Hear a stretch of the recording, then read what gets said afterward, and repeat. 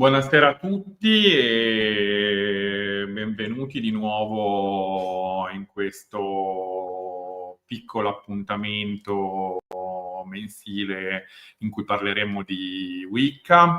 La puntata di oggi è dedicata a argomenti un po' controversi, che sono l'iniziazione, consacrazione e dedicazione, che sono delle pratiche che si sono in qualche modo differenziate e diffuse nella Wicca nel corso degli ultimi, direi, 30 anni, 40 anni, e che in realtà non facevano parte della Wicca tradizionale o della versione quantomeno garneriana della Wicca, ma che hanno iniziato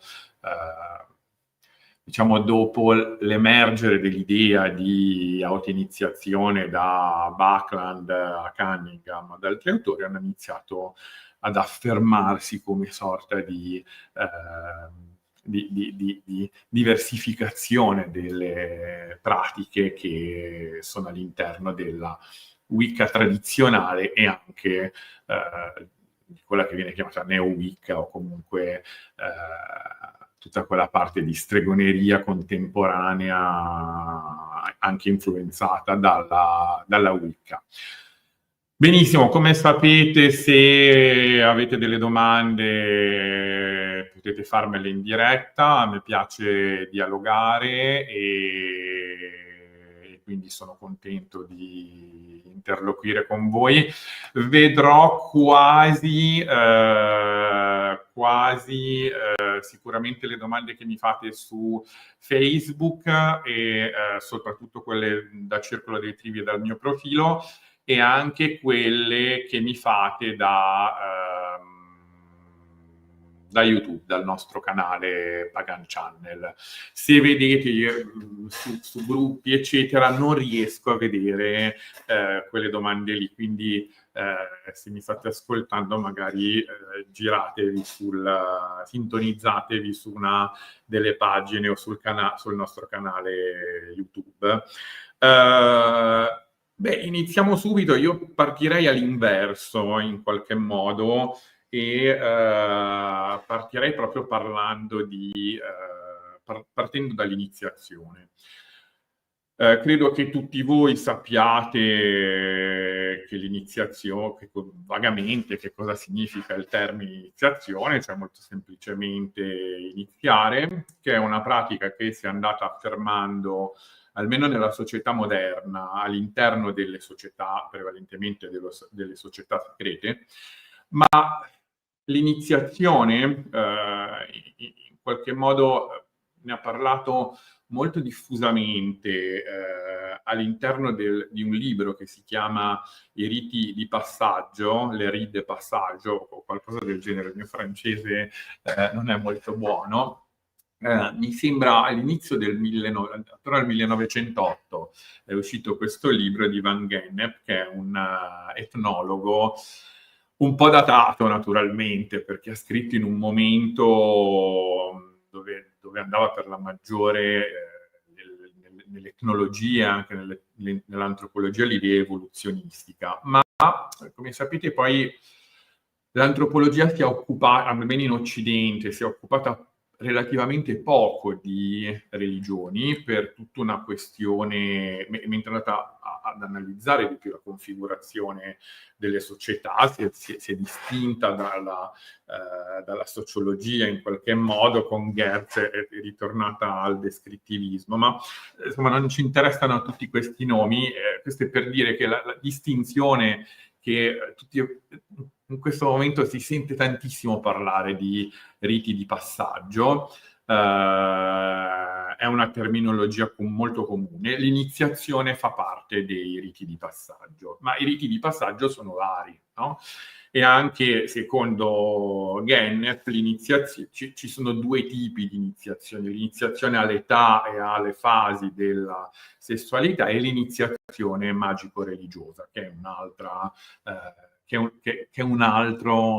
un'altra cosa rispetto alle iniziazioni legate alle fasi dell'età. Ovviamente i riti di passaggio non sono solo quelli delle fasi dell'età, ma sono anche quelli di eventi come, penso alla nascita, penso al matrimonio, per esempio, e alla morte. Ok, quindi questi sono riti di passaggio che si connettono in qualche modo a quei riti iniziatici che quando riguardano l'età normalmente sono legati, per esempio, alla missione all'interno di un gruppo, ovviamente, di un gruppo, per esempio, nelle tribù, cioè il gruppo degli adolescenti o degli adulti a cui si accede attraverso determinate prove. Le iniziazioni magico-religiose invece riguardano gruppi più specifici, no? E l'eco delle iniziazioni magico-religiose esiste, o riti di passaggio esistono anche nella società contemporanea, le iniziazioni di fatto magico-religiose in qualche modo esistono in qualche modo soprattutto all'interno si riprendono all'interno delle società segrete, anche se Gennep poi mette dentro tutta una serie di elementi religiosi come per esempio penso alla comunione, alla cresima, eccetera, che fanno parte delle iniziazioni religiose. Non ci interessa, quindi questo termine iniziazione si è poi diffuso all'interno dell'etnologia, mi interessava solo ed ovviamente della cultura occidentale, ma l'iniziazione ovviamente magico-religiosa nella sua specificità è quella che ritroviamo non soltanto nei gruppi tribali come alcune iniziazioni agli spiriti in qualche modo o alla religione, alle particolari religioni native che esistono in questi gruppi tribali. Gennep è un evoluzionista, quindi guardava in modo un po' strano un modo un po' particolare alle tribù, ma l'esempio più classico di iniziazione la troviamo nella dimensione delle iniziazioni misteriche e quindi di quella religione, nella religione che si diffondono insomma nella cultura mediterranea. Ricordiamo i misteri di Eleusi, ne abbiamo accennato varie volte, i misteri orfici, i misteri dionisiaci, i misteri di Iside, di Attis e così via.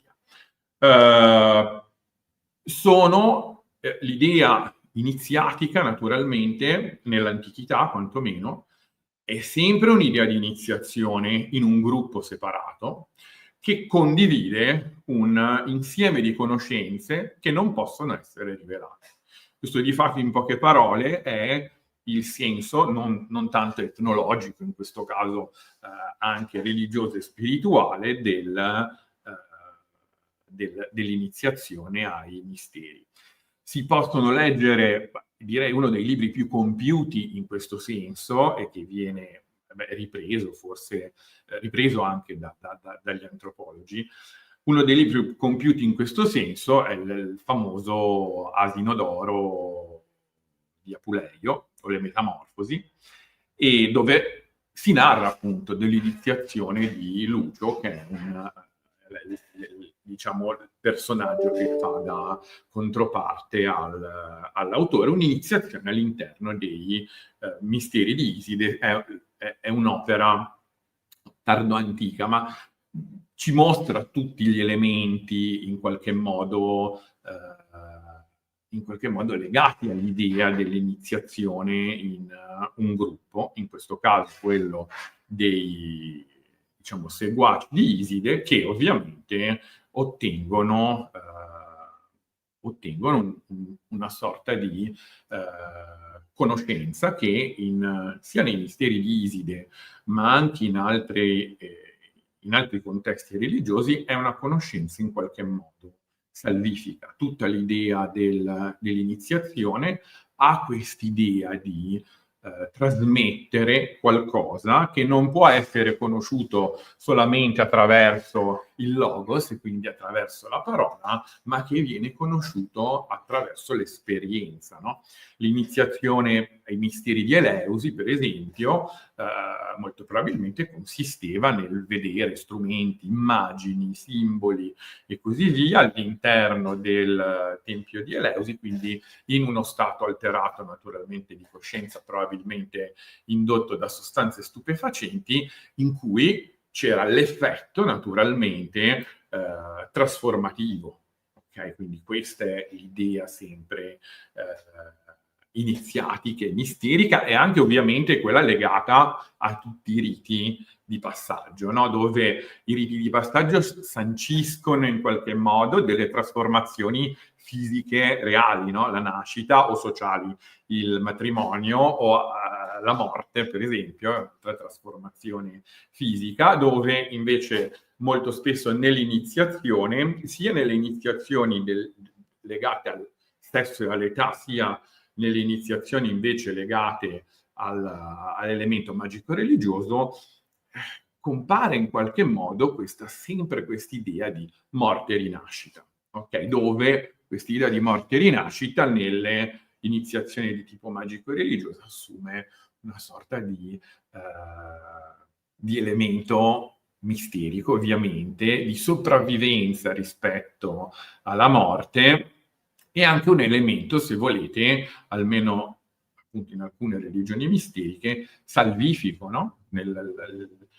Molti autori dell'antichità ci dicono che gli iniziati ai misteri hanno un diverso destino dopo la morte, no? E quindi la loro anima in qualche modo evolve in modo diverso. Naturalmente ci sono varie filosofie sviluppate da Giamblico proprio nel De Mysteris, dai vari filosofi, ma l'idea iniziatica in qualche modo è questa qui, è l'ingresso in un gruppo per acquisire delle conoscenze che non possono essere dette né rivelate e in qualche modo neanche trasmesse semplicemente attraverso la parola, e quindi in qualche modo l'esoterismo, se volete, l'esoterismo è una parola contemporanea perché ovviamente nella civiltà col cristianesimo, ovviamente le religioni misteriche, il paganesimo vengono spazzati via, non c'è più l'idea di religione nella religione, c'è,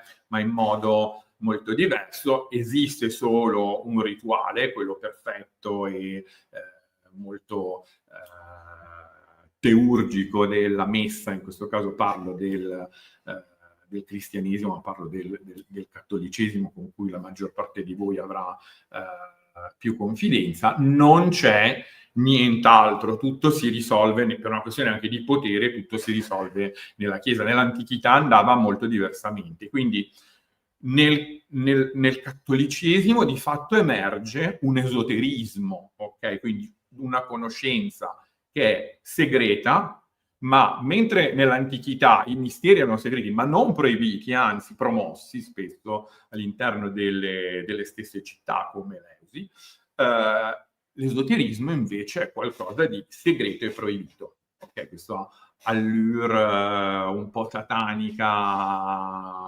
dell'esoterismo è qualcosa che viene riproposto anche oggi in qualche modo. Ed è qualcosa da cui un po' la Wicca e tutto il neopaganesimo si distinguono. Okay? Quest'idea che ciò che è misterico in qualche modo è sempre in qualche modo oscuro, ovviamente un po' sulfuro. È vero, c'è un esoterismo cristiano, va detto, Eliphas Levi, Rosa Croce, un sacco di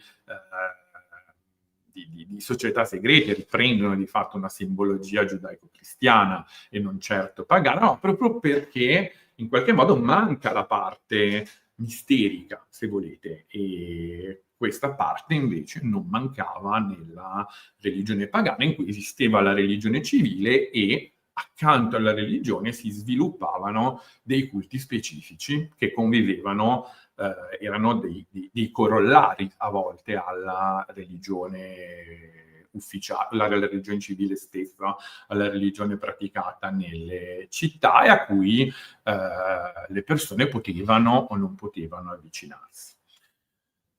Ovviamente anche qui il concetto che viene dall'antichità è che l'iniziazione non è per tutti, quindi c'è un elemento, in questo caso, esclusivo, se volete, perché in qualche modo, in fondo anche nella modernità, no, all'iniziato è richiesto di avere delle cose che spesso sono nell'antichità non era facile procurarsi, o quantomeno per esempio Lucio si lamenta molto che era molto era molto era molto costoso, no, ovviamente, perché pensate anche solo un abito quanto poteva costare. Oggi noi siamo abituati a una società di consumi, no, pensate qua invece nella dimensione iniziati che in qualche modo devi ridare importanza all'oggetto, alla magia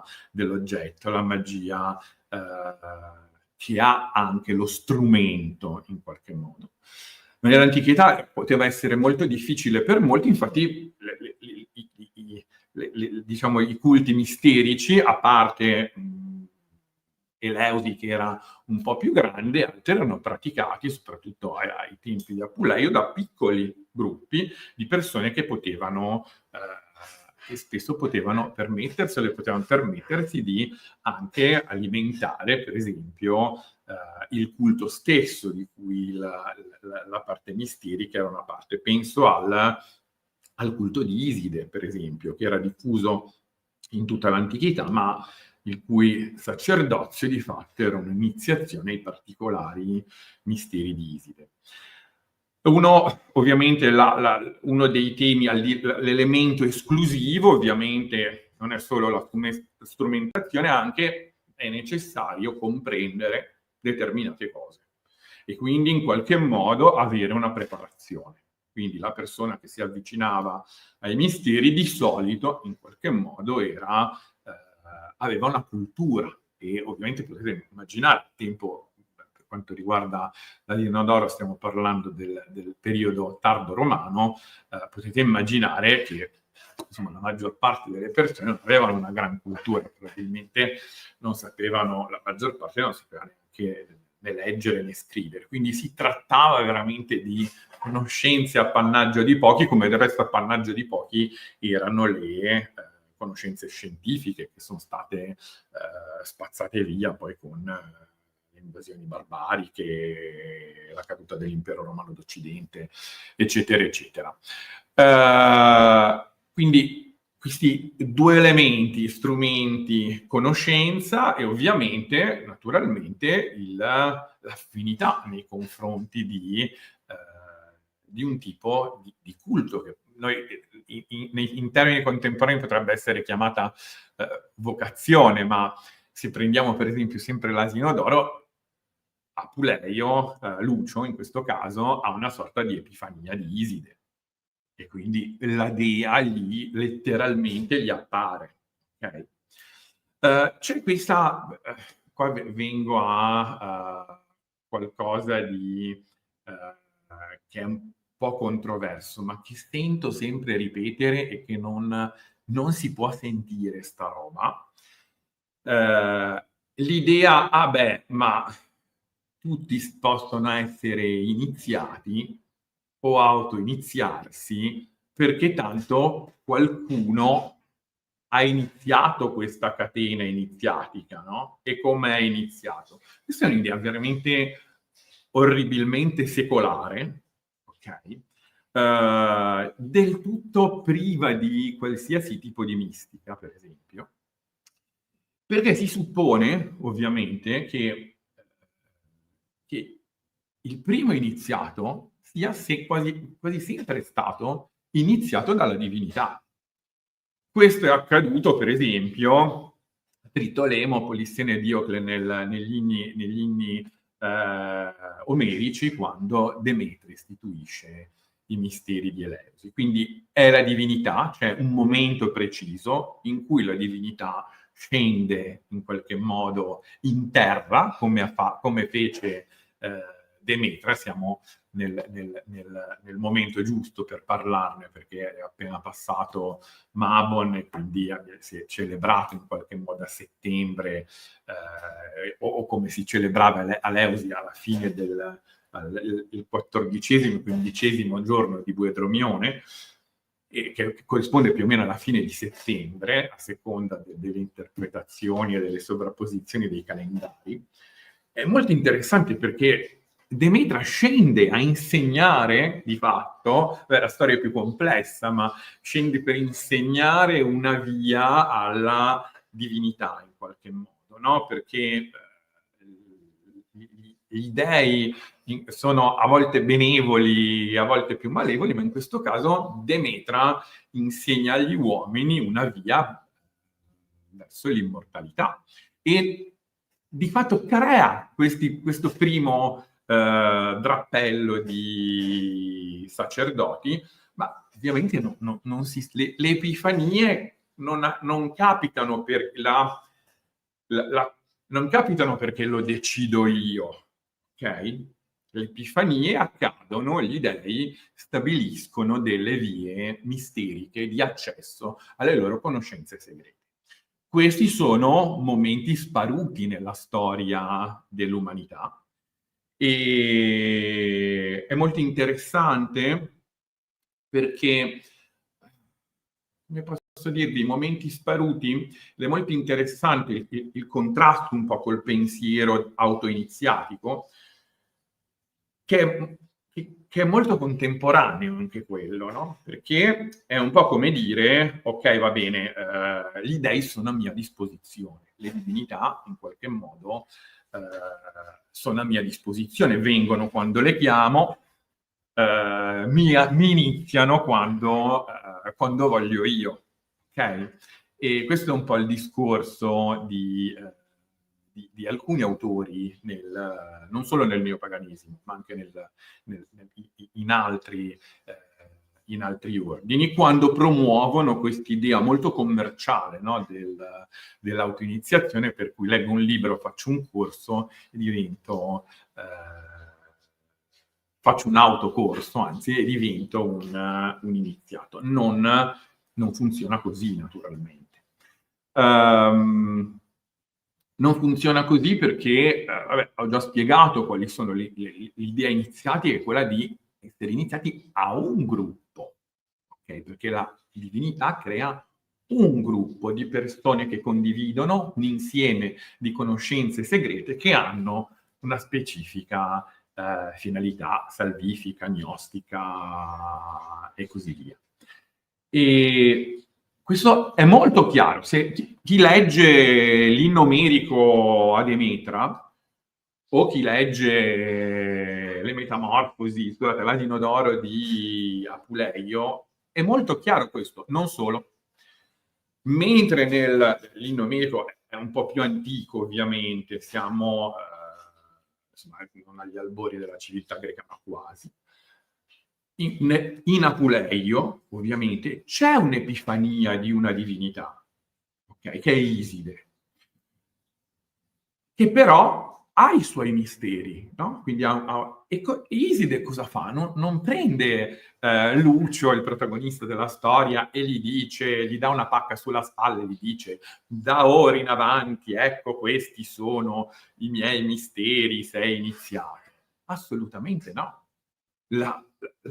L'idea dei misteri di Iside è molto più antica, no? Percorre anche gran parte del medioplatonismo e del neoplatonismo.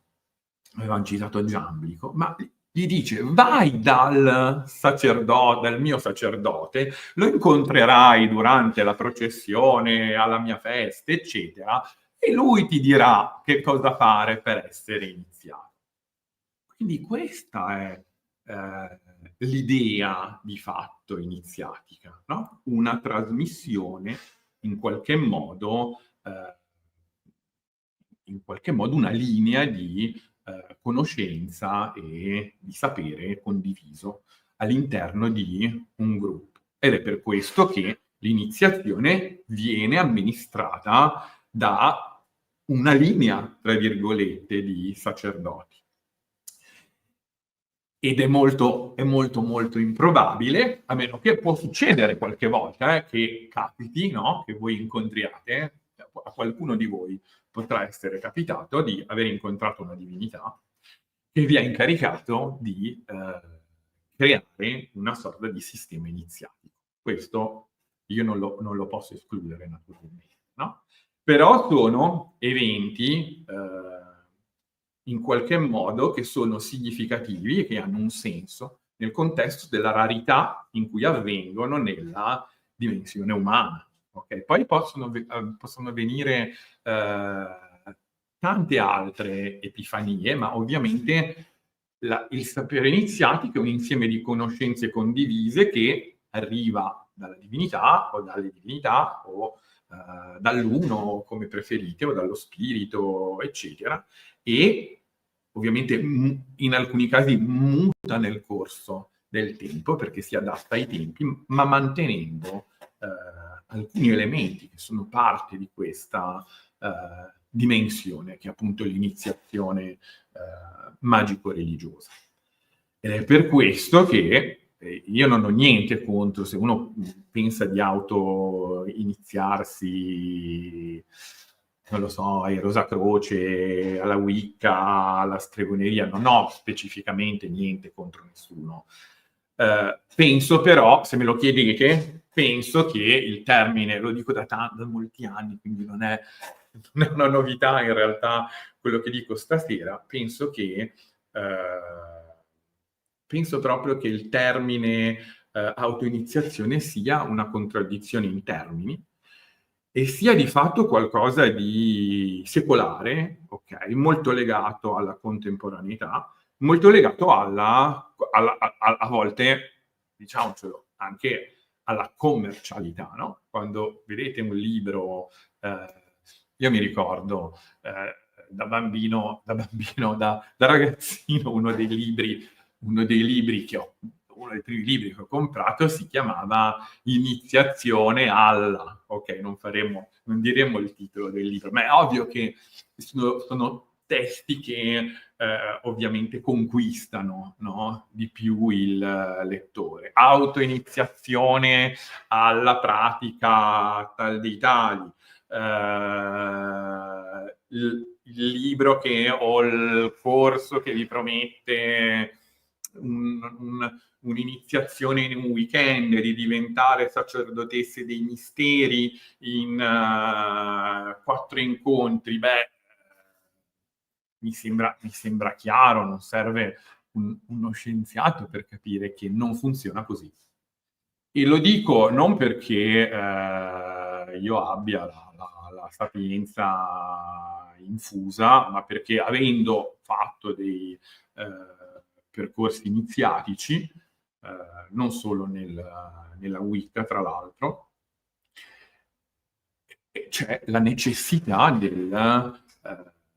come si dice, il contesto collettivo del gruppo, dell'ordine. Non sto parlando solo di Wicca e neopaganesimo, in questo caso è fondamentale, okay? Soprattutto per noi che siamo tra l'altro in una cultura occidentale, ovviamente, no? Quindi per noi individui dell'Occidente è assolutamente importante pensare che quando decidiamo di entrare in un ordine iniziatico, stiamo facendo un percorso che non sappiamo dove ci porterà, ma che è un percorso con altre persone, con altri fratelli e sorelle, con altri iniziati, con altri. Quindi è un percorso comune. Okay? Questo è estremamente importante. È evidente che non esiste solo, che uno può fare anche un percorso solitario, un po' più mi viene da dire da eremita, se volete. C'è appena stata la festa di San Francesco, credo che un santo che va molto di moda anche tra i pagani per le sue connessioni con la natura. E San Francesco, vabbè, crea in realtà un ordine monastico, ma indipendentemente dall'ordine monastico, beh, i monaci in qualche modo derivano dagli eremiti alla fine del 400 e l'alto medioevo, no? È una storia molto lunga, ma ci sono delle persone in qualche modo che riescono a percorrere un percorso solitario e a sviluppare in qualche modo delle capacità spirituali, a crearsi un proprio cammino di evoluzione spirituale. Io vorrei essere molto chiaro su questo. Non sto assolutamente negando questa possibilità. È un percorso molto accidentato, perché ovviamente quando si è soli o come in percorsi dove si è un po' soli, un po' con qualcuno, no? Penso a percorsi più legati alla dimensione secolare della New Age. C'è questa possibilità in qualche modo, no? Religioni contemporanee, no? Dove si è soli ma ogni tanto si va a vedere, che ne so, la seduta di channeling per parlare con i maestri ascesi, eccetera, eccetera. No? Ci sono queste forme di spiritualità solitaria che nella stessa teosofia in qualche modo si incentiva la ricerca personale. Quindi ci sono dei percorsi legati alla dimensione solitaria che non sono però percorsi iniziatici. Non è che hanno un valore inferiore, naturalmente, ma non sono percorsi iniziatici. Ed è per questo che all'interno del paganesimo, adesso vedo che c'è già qualche domanda e quindi risponderò così spezziamo un po' l'argomento di questa sera, ma è per questo che nel neopaganesimo esistono termini, si sono sviluppati termini come dedicazione, dedico me stesso a una via che voglio seguire, e consacrazione, no? Quindi mi consacro a una divinità, mi autoconsacro, mi autodedico a una divinità specifica. Percorsi di dedicazione possono essere di autodedicazione, a volte vengono celebrati, per esempio, nei gruppi. Il Circolo dei Trivi, per esempio, fa un percorso di castadico che culmina con una dedicazione che non c'entra con un'iniziazione, ma è un impegno della persona al percorso. Non è niente di obbligatorio, naturalmente, è una festa e rimane in una dimensione, tra virgolette, celebrativa e festiva. Monica chiede perché nell'antichità proteggere il sapere, quindi renderlo segreto ed esclusivo, era così importante. Allora, non ho tutte le risposte naturalmente a questa domanda, che è abbastanza complicata. Un po' perché, allora, prima ho fatto un accenno alla scienza. Nell'antichità, in qualche modo, ovviamente non c'erano i sistemi di comunicazione di oggi, non c'erano naturalmente la possibilità di scrivere di manoscritti, eccetera, eccetera, che c'era oggi. Di fatto il sapere, qualsiasi tipo di sapere, era un sapere confinato. È rimasto un sapere confinato fino a quell'invenzione incredibile. Certo c'è la scrittura, eccetera, ma finché Gutenberg non ha inventato la macchina da stampa, e qui parlo da giornalista in qualche modo, quindi la materia che conosco bene, il sapere è rimasto confinato. Perché? Perché per quante copie voi potete fare di un manoscritto, per esempio scientifico, quelle copie rimarranno in qualche modo sempre un numero molto limitato. È il grande problema pensa alla Biblioteca di Alessandria, no? Quando viene il grande centro del sapere dell'antichità in Occidente, quando viene bruciata, di fatto si perde si perdono una marea di conoscenze scientifiche, una parte verranno recuperate, ma se tu uccidi quei pochi scienziati e bruci anche quei manoscritti, i rotoli, eccetera, è ovvio che il sapere in qualche modo viene eliminato rapidamente. Il sapere in qualche modo e la scrittura, soprattutto tra gli antichi, per tornare sempre alla domanda di Monica, avevano qualcosa ovviamente di sacro, quindi la scrittura era quasi sempre una scrittura sacra che poi si evolve naturalmente in una scrittura più profana, ma ricordiamoci che gran parte delle conoscenze scientifiche alla biblioteca erano in qualche modo appannaggio di pochi, perché si mescolavano con le conoscenze astrologiche, religiose e così via. Non c'era una divisione tra le scienze. Infine, ovviamente, per quanto riguarda strettamente le religioni misteriche, da una parte perché era molto molto importante, qui andiamo su un altro terreno, distinguere il confine tra sacro e profano, ok? E anche all'interno del sacro esiste proprio in tutte le iniziazioni, in qualche modo c'è questo schema studiato dal famoso Gennett, ma c'è un elemento liminale, ok? E per attraversare questo elemento liminale, che è la parte centrale, no, dell'iniziazione, spesso devo staccarmi da dove sto arrivando, cioè dalla società profana. Ok? C'è proprio la parte del distacco.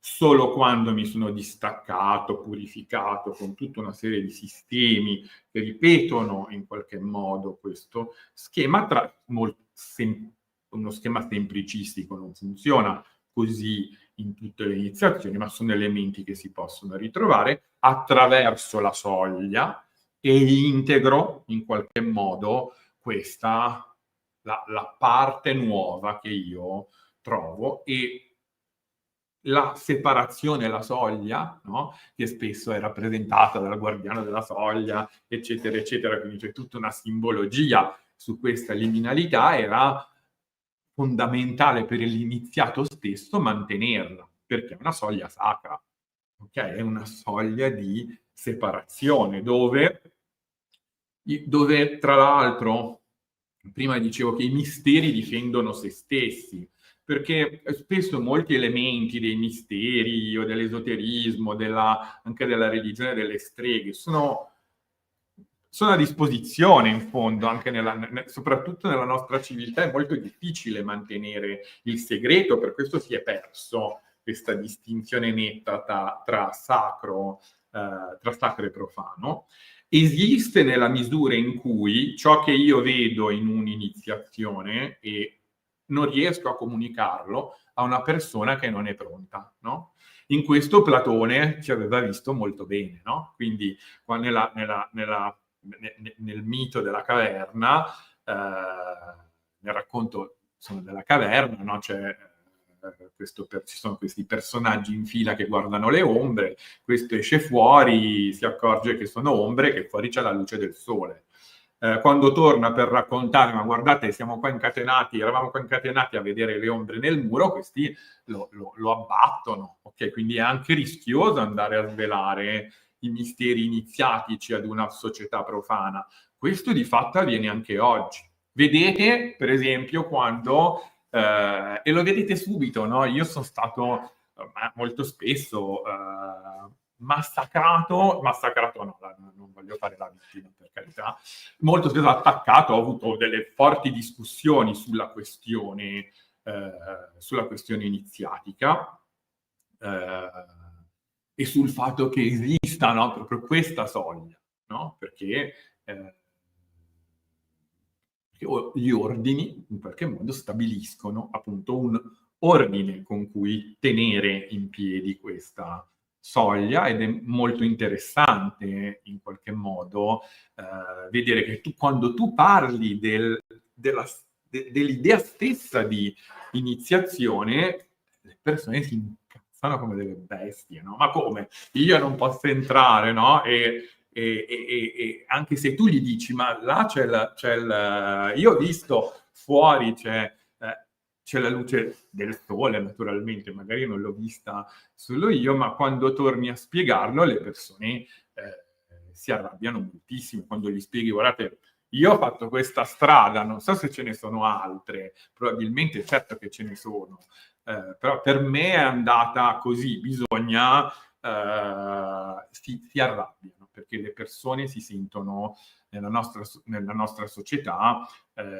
hanno quest'idea del sentirsi in qualche modo escluse, no? E tutti vogliamo tutto e subito. E questo è un po' la caratteristica della società contemporanea. Quindi, se a maggior ragione le società antiche mantenevano questi segreti, oggi questi segreti sono molto difficili da comunicare, no? Quindi la società si ribella a quest'idea, la società secolare si ribella all'idea che esistano delle religioni misteriche, e spesso anche la dimensione più ampia della spiritualità in qualche modo si rivolta all'idea che ci siano ancora pezzi di spiritualità che siano esclusivi. Ma l'esclusività non toglie, non è, questa esclusività è inclusiva, nel senso che a tutti è dato e consentito, tra virgolette, tentare la prova, no? Ma non tutti i cammini misterici sono adatti a me. È per questo motivo che si fa, buon senso vorrebbe, che si fa un cammino iniziatico alla volta, no? Molto difficile fare 2 percorsi allo stesso tempo. Questo genera spesso, questa anche qui, qua lo dico, è una mia opinione questa, non è una legge scolpita nella pietra. Io ho fatto più cammini iniziatici, più percorsi iniziatici. A volte ne ho dovuto lasciare qualcuno perché sentivo, arrivato a un certo punto, non era per me. E quindi non sono andato avanti. E quindi ho intrapreso altri percorsi. Altre volte, semplicemente, il dovermi dedicare al contesto della mia comunità, che è quella Wiccan, è quella più grande del neopaganesimo, con iniziati, ma anche altre persone che fruiscono delle attività, per esempio del Circolo dei Trivi, o la partecipazione ad altri, con altre persone, ad altri contesti sociali, beh, ti toglie il tempo per fare o approfondire altri percorsi iniziatici, perché questo fa parte della progressione invece del percorso iniziati, ed è per questo che durante i Wicca Study Group noi consigliamo sempre invece di guardarsi, o io consiglio sempre di guardarsi intorno, è molto importante, no? Quando ci si avvicina alla stregoneria, al neopaganesimo, è molto molto importante sperimentare tante cose,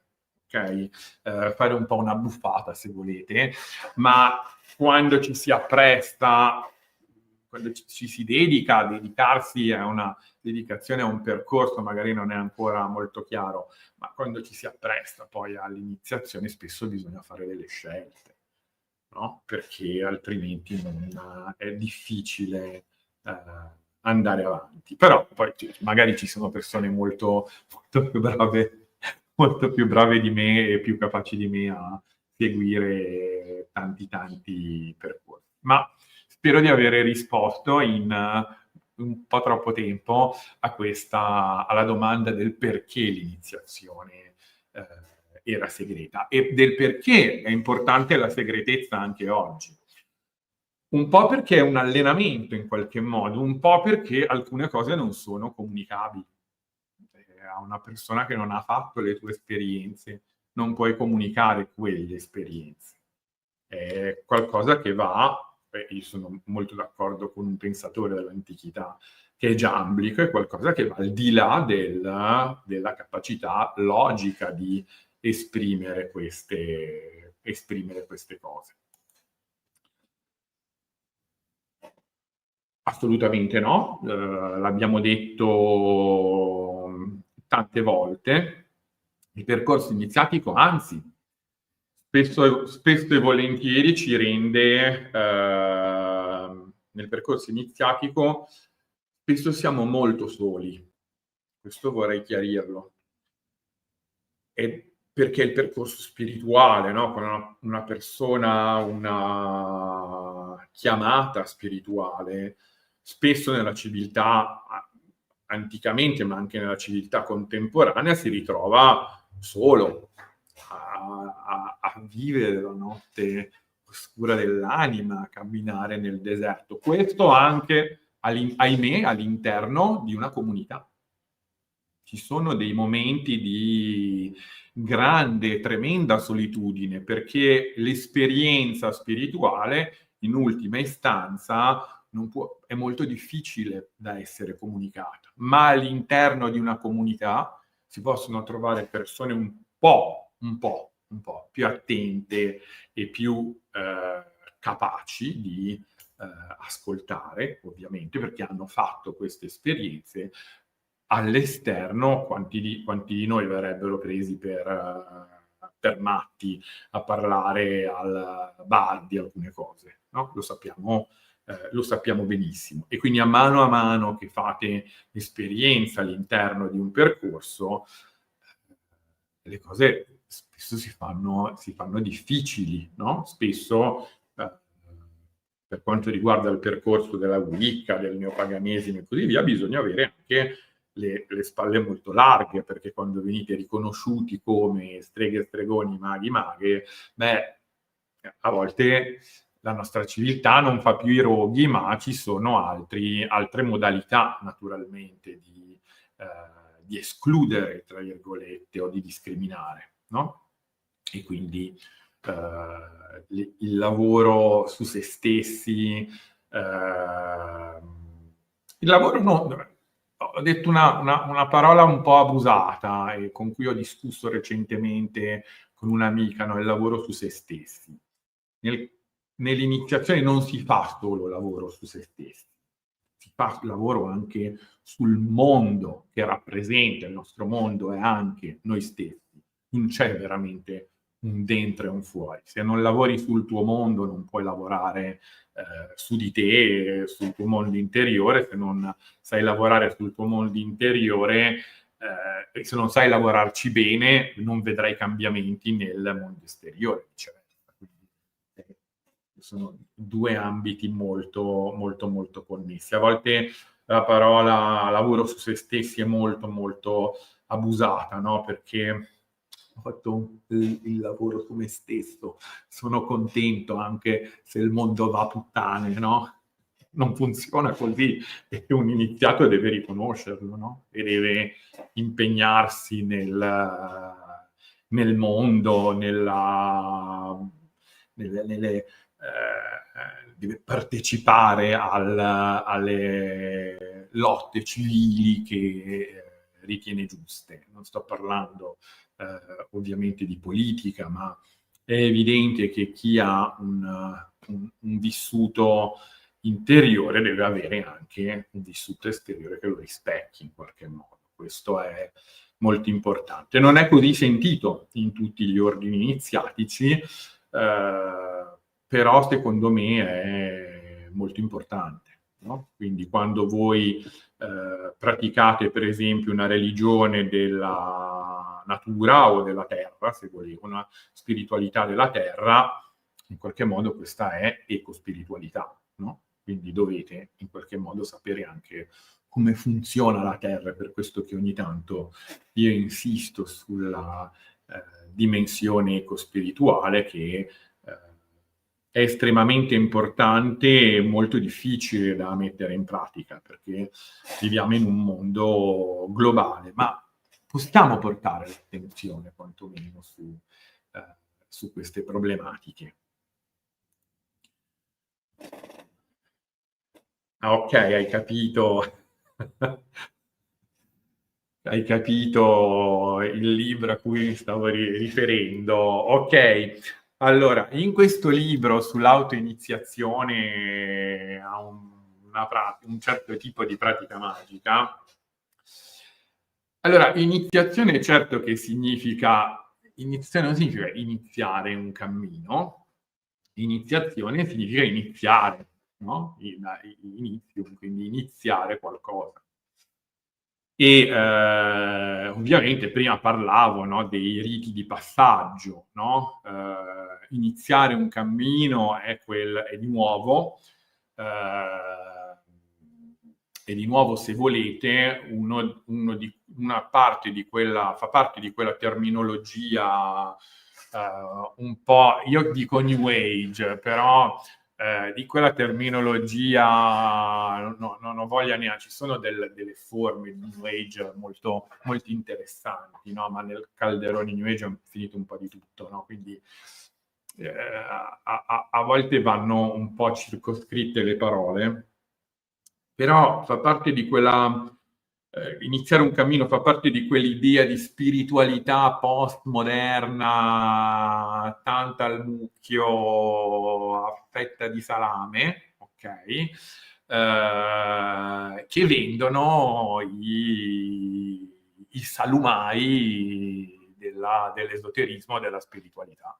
Diciamoci la verità, no? Quindi vi affetto un chilo di prosciutto e una fetta o 2 fette di mortadella, così potete iniziare il vostro cammino con un panino dietro, no? Quindi è un po' di nuovo un altro di quei termini abusati. Iniziare significa di fatto entrare in un contesto, attraversare una soglia. Poi da quella soglia, cosa ci sia dietro quella soglia, quello dipende dall'esperienza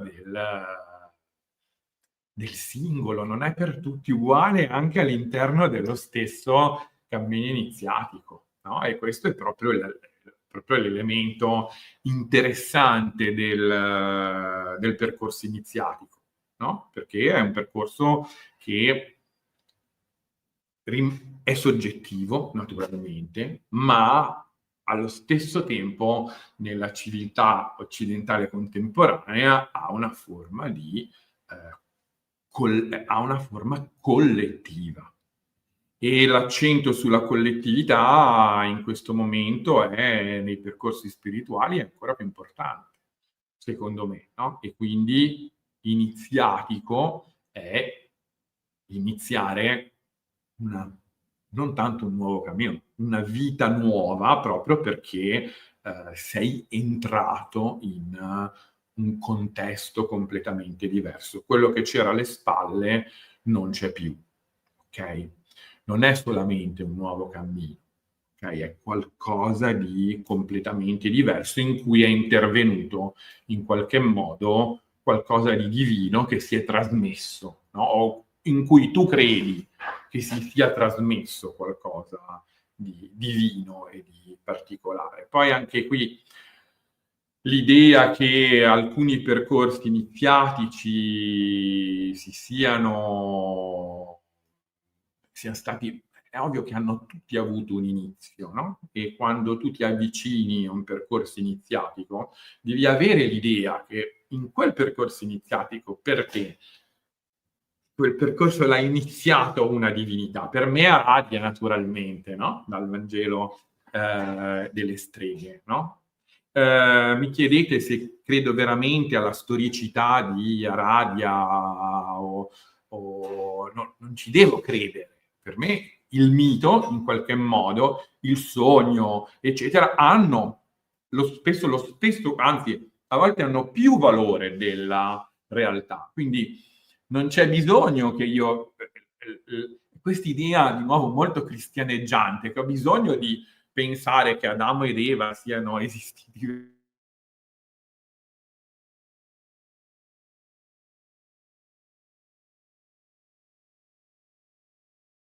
anche per i greci, e scusate si è perso un pezzetto di connessione, non funzionava così neanche per i greci, e c'è tutto un testo, i greci hanno creduto ai loro miti, che ci narra proprio questa cosa molto interessante, no? In cui mito e realtà sono in qualche modo due, se volete, due piani che si intersecano costantemente.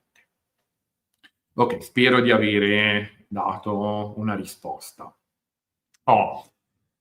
Secondo te, nel caso di uno scisma all'interno di una tradizione, quale dei due sentieri trasmetterebbe la vera iniziazione?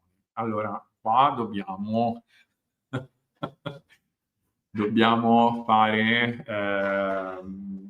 allora, il termine vero, quando voi sentite parlare di vera spiritualità, vero paganesimo, vero, il termine vero è un termine terribilmente problematico. Okay? Quando si parla, mi piacerebbe sostituirlo col termine autentico, no? Ma l'autenticità è qualcosa che vive la persona che percorre quel percorso. Quando due tradizioni si dividono, naturalmente entrambe sono depositarie dello stesso sapere, della stessa linea. Ci possono essere scomuniche e così via, ma di fatto sono due rami della stessa linea. Nell'antichità c'era molto meno l'accento su chi detenesse l'autenticità di questa o di quella tradizione misterica. Ciò che era importante, ovviamente, era, e che faceva testo naturalmente, era la parte di trasmutazione in qualche modo, di trasformazione, di cambiamento. E quindi ciò che era importante la faceva la collettività, no? E quindi l'insieme molto imperfetto che è quello della comunità di iniziati, appunto, no? Molto imperfetto, perché le comunità iniziatiche sono comunità o di sacerdoti, cioè sono comunità umane, tra l'altro che vivono crisi proprio costitutivamente, no? Perché percorse continuamente da persone che stanno percorrendo un cammino, compresi i sacerdoti che hanno già fatto una parte di questo percorso. Quindi le comunità iniziatiche sono quanto spesso di più problematico trovate a volte all'interno dei percorsi spirituali. È molto complesso, per questo vi dico, sono esclusive, nel senso che è molto importante, da una parte e dall'altra, che voi troviate in qualche modo il vostro percorso, sentendovi dire, no, guarda, questo non fa per te, ok? È molto più onesto questo, no? E però c'è un altro percorso che può fare per te, che le persone che prendono... che prendono la chiunque in un percorso spirituale. Ma questo è parte questo è parte dell'autenticità, no? Non della verità, no? Perché poi c'è un mito di fondazione alla base di queste pratiche, di questi ordini, di questa idea iniziatica, naturalmente. E quindi mi sentirei di non usare mai la parola vero, molto molto molto usata, molto legata a una dimensione a volte monoteista, no? Perché le religioni, quando decidono di avere la verità, creano grossi problemi che vediamo tutti i giorni. Quindi la categoria del vero, nel senso come categoria veritativa simil-scientifica, è una categoria che non mi sento di applicare alla religione, che certamente ogni religione abbia delle verità soggettive che ci può trasmettere, che sono sempre in qualche modo filtrate comunque dalla soggettività. È per questo che le religioni misteriche in qualche modo, come posso dirvi, non si basano su una trasmissione della verità associata al logos.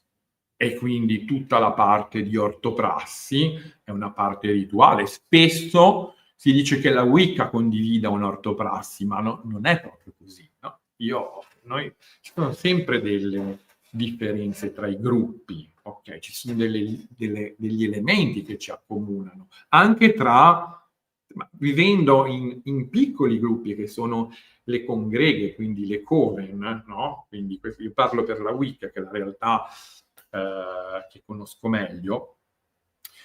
Non tutto è codificato e quindi molto è lasciato all'esperienza del gruppo stesso. Proprio per questo, in qualche modo, questo percorso è autentico, perché si sviluppa, se volete, nella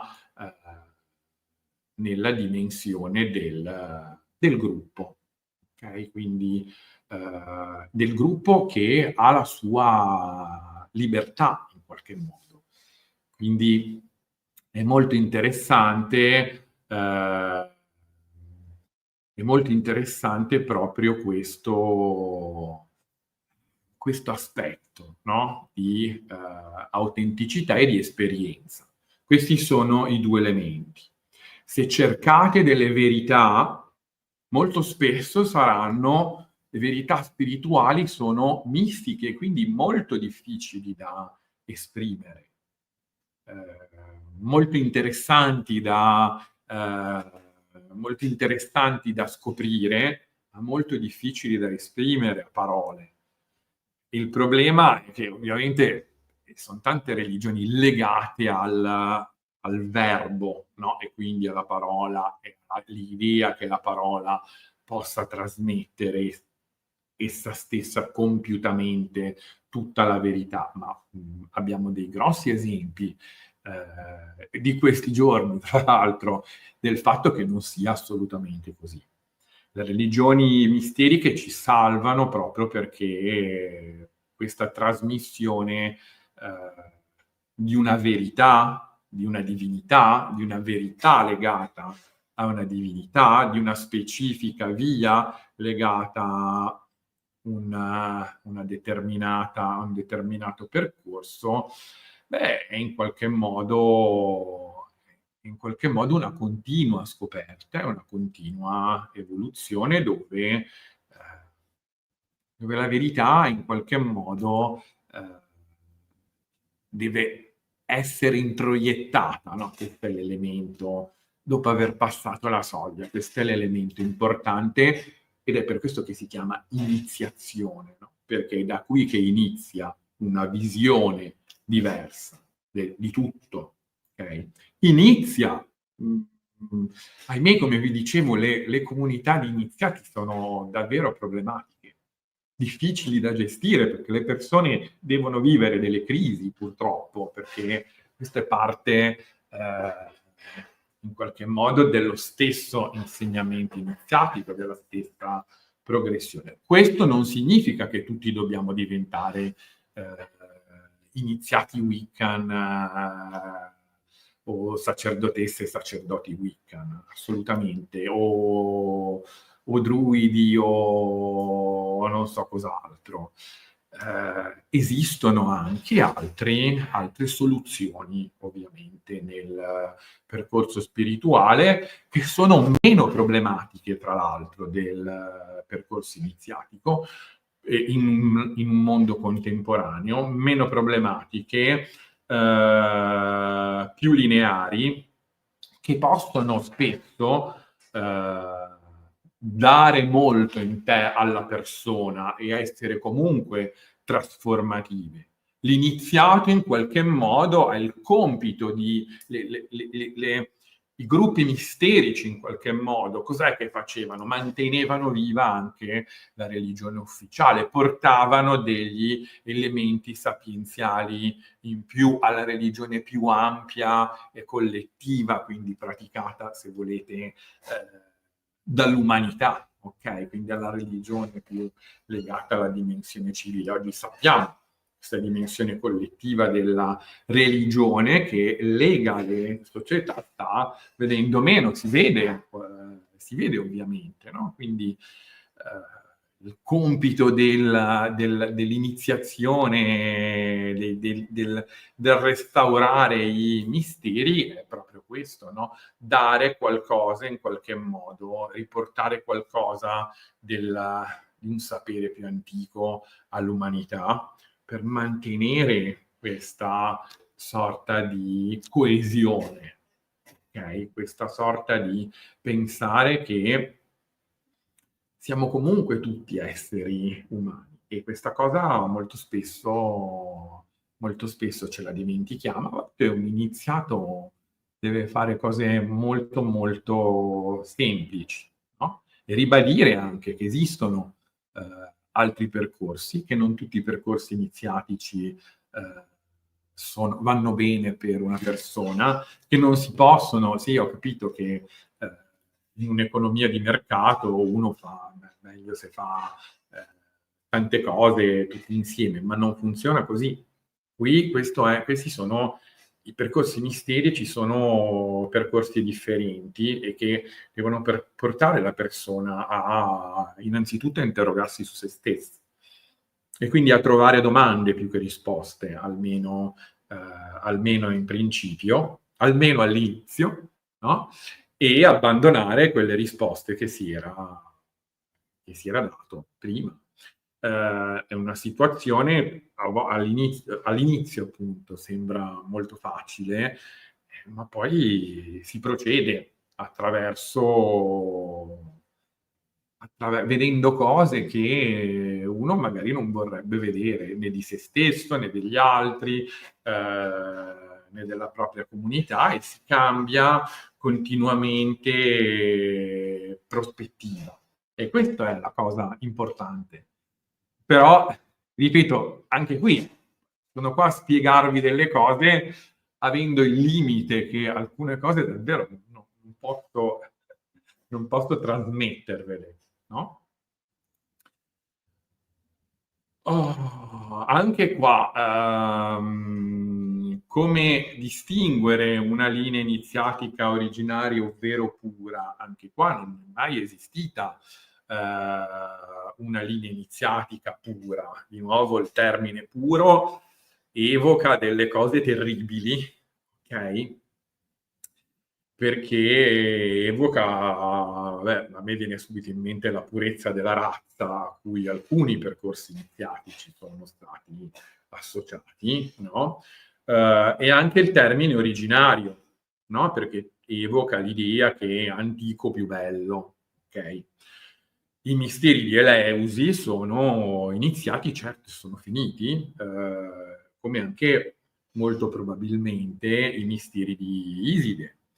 Ma gli dei sono apparsi in vari altri contesti e quindi l'unica risposta che mi sento di darvi in questo senso, e qui entra la vostra relazione con il divino, no? Se cercate un cammino iniziatico, è il divino che ve lo deve comunque proporre, come ha fatto con Lucio. Questa cosa funziona molto bene.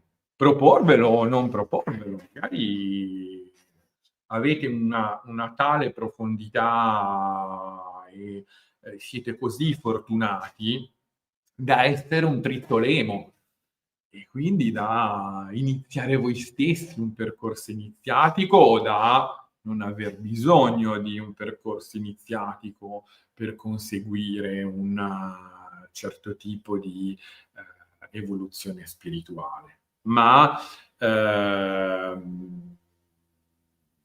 ovviamente oggi le fonti ci sono varie fonti, vabbè, gli inni omerici li ho già citati, Apuleio, ma ci sono vari testi, tutti i testi dei neoplatonici, Giamblico, Proclo, Porfirio e così via, che di fatto, pur parlando del neoplatonismo, parlano di dottrine iniziatiche, ci sono gli oracoli caldaici, queste sono tutte fonti in qualche modo antiche.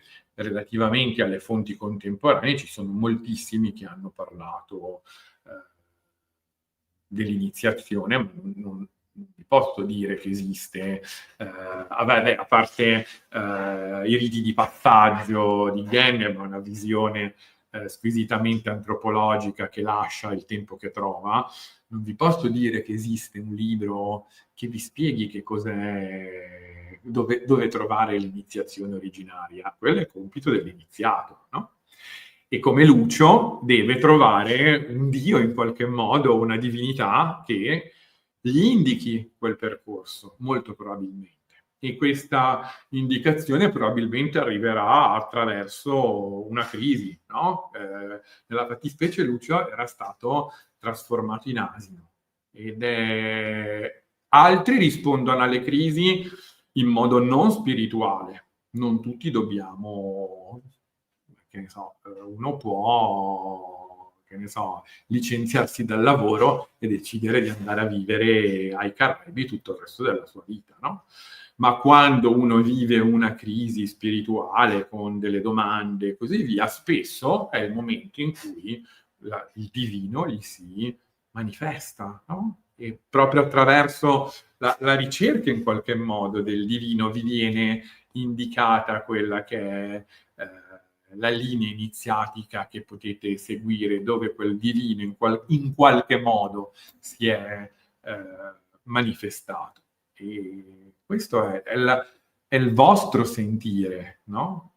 Dico di nuovo una parola un po' abusata, ma è in questo che dovete cercare il vostro rapporto con le divinità. Se non sono le divinità a accompagnarvi e a certificarvi, tra virgolette, come ha fatto Iside con Lucio, un percorso iniziatico, dicendo lì è stata proprio specifica, non tutti hanno questa fortuna. Se non è qualche evento mistico che vi porta verso un percorso iniziatico o che ve lo manifesta in qualche modo, è molto difficile approcciarsi a un percorso iniziatico. E quindi è esattamente il rapporto con le divinità che non è quello che vi auto-inizierà, perché le divinità non sono a disposizione.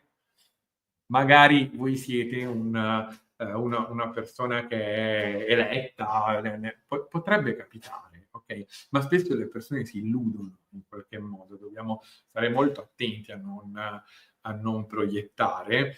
E è molto importante in questo avere il rapporto trovare un rapporto con il divino.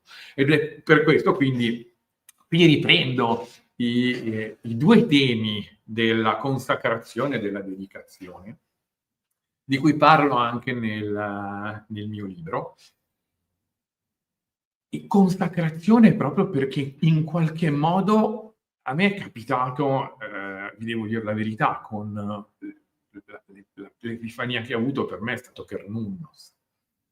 Ok, quindi è la divinità in qualche modo, è in qualche modo la divinità che mi ha guidato in un momento molto molto difficile della mia vita. Era appena morta mia mamma, ero molto giovane, ma avevo già una passione per la stregoneria, eccetera, però sono sentito proprio accompagnato in qualche modo, perché da una sorta di presenza, se volete, amica in questo caso, no?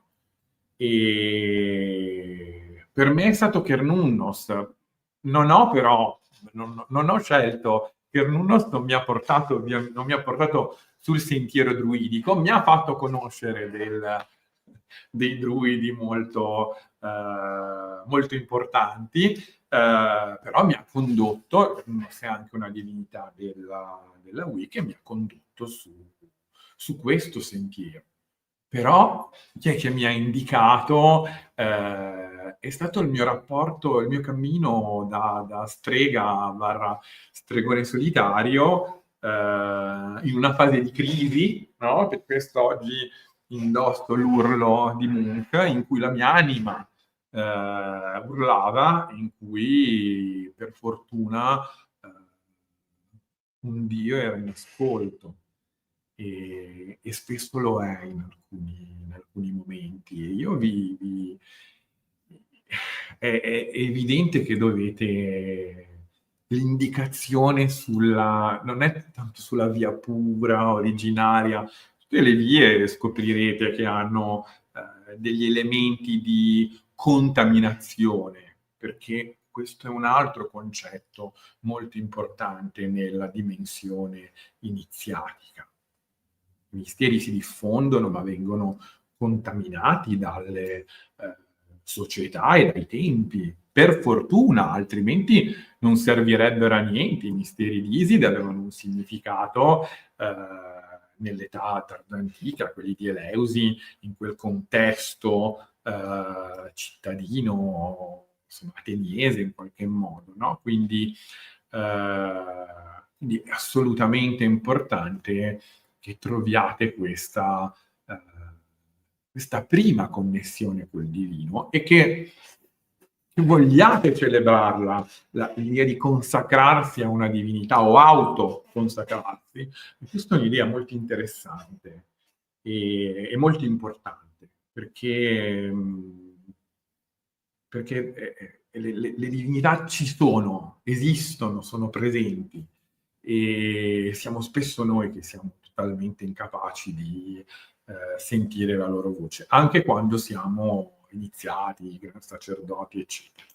Spesso ci rimettono in carreggiata, a volte un po' più bruscamente, violentemente, ma quando decidete di autoconsacrarvi a una divinità, ricordatevi che spesso è per sempre, no? Quindi, o almeno per tutto il corso di questa vita, no? E quindi quando c'è un'epifania di un certo tipo e c'è una autoconsacrazione e poi si trova la propria via e c'è un impegno a percorrere fino al cancello dell'iniziazione questa via, beh, allora è interessante. Poi dopo quello che c'è dietro la soglia vi verrà rivelato se l'avrete superata, no? Perché ci sono delle prove da passare.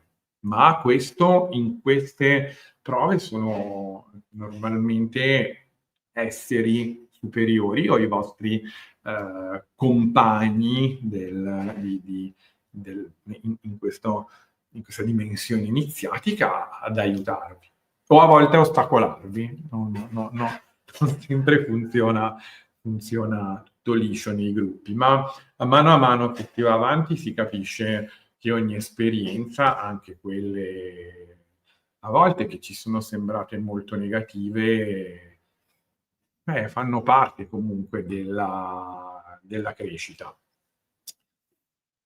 Ok, sì, ad ognuno la propria personale caduta da cavallo sul sentiero del divino, ma sulla caduta da cavallo però qua devo dire una cosa, nel senso che ci sono delle epifanie che ci portano ovviamente a cadere da cavallo, ma se quando ci rialziamo pensiamo che questa verità che ci ha disarcionato, ok, sia valida per tutti e per tutto l'universo mondo, quella caduta da cavallo sarà semplicemente una botta in testa, ok?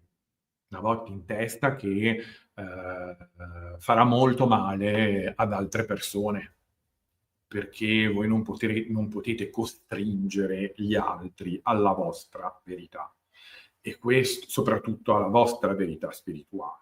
Potete, come faccio io stasera, esprimere delle opinioni, ma non offrire delle verità assolute.